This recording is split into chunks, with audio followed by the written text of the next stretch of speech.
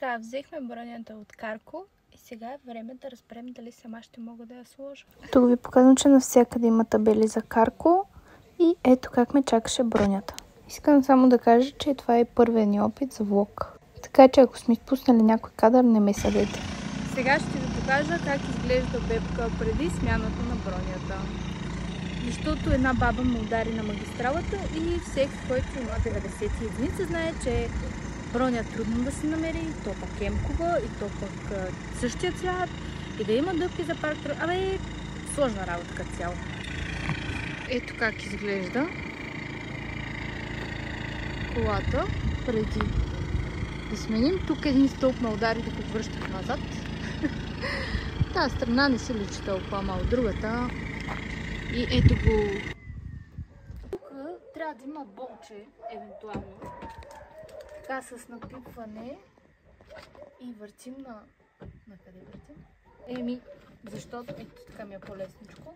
Тези ногти, за какво съм дала 500 лева, ако не мога да избивам болчета. Така, пипваме тук. Тук е още едно болче. Развиваме.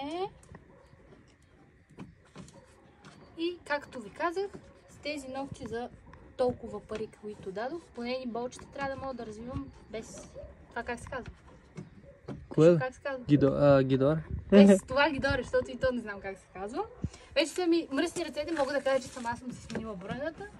Пипаме тук за още болчета. Така, нали не мислите, че сама ще успея да си сменя цялата броня? Имам човек зад кадър, братовчет ми, да е жив и здрав.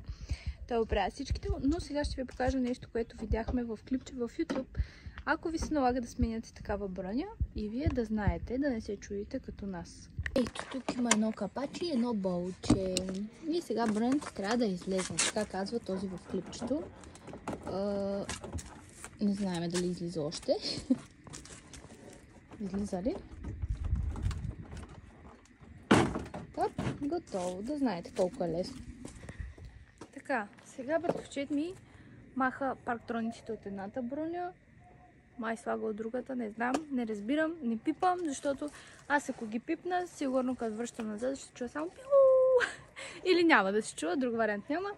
Затова това оставам на него. Пък аз съм добра и да го гледам. И сега, ако се намери някой да каже, че аз повече гледам, отколкото да върша, повярвайте ми, имам желание да го свърша, но нямам кадърност. И все пак за първи път виждам как се правят тези неща. Надявам се да не ми се налага втори път да сменям броня. Но пък ми е интересно и забавно да се уча.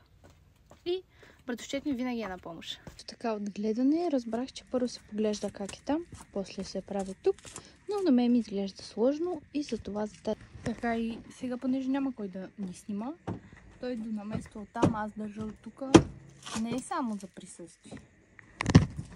Така, приключвам влога. Моите ръце са една идея мръсни. Неговите повече. Остават ни две болчета. Това беше от нас. Остана само да ви покажа колата как изглежда с тази броня. Много благодаря на братовчет ми. Ако не е той, никога няма ви да им кова броня отзад. Най-добрият е и на всеки пожелавам по един такъв братовчет. Чао! Целувки! То вече се стъмни, но сами може да видите друго си емковата броня, която е от Карко. Ето и още малко кадри на светло, как изглежда бронята. И пак искам да благодаря на Карко, а на вас, ако ви трябват авточасти втора употреба, влезте и разгледайте сайта им.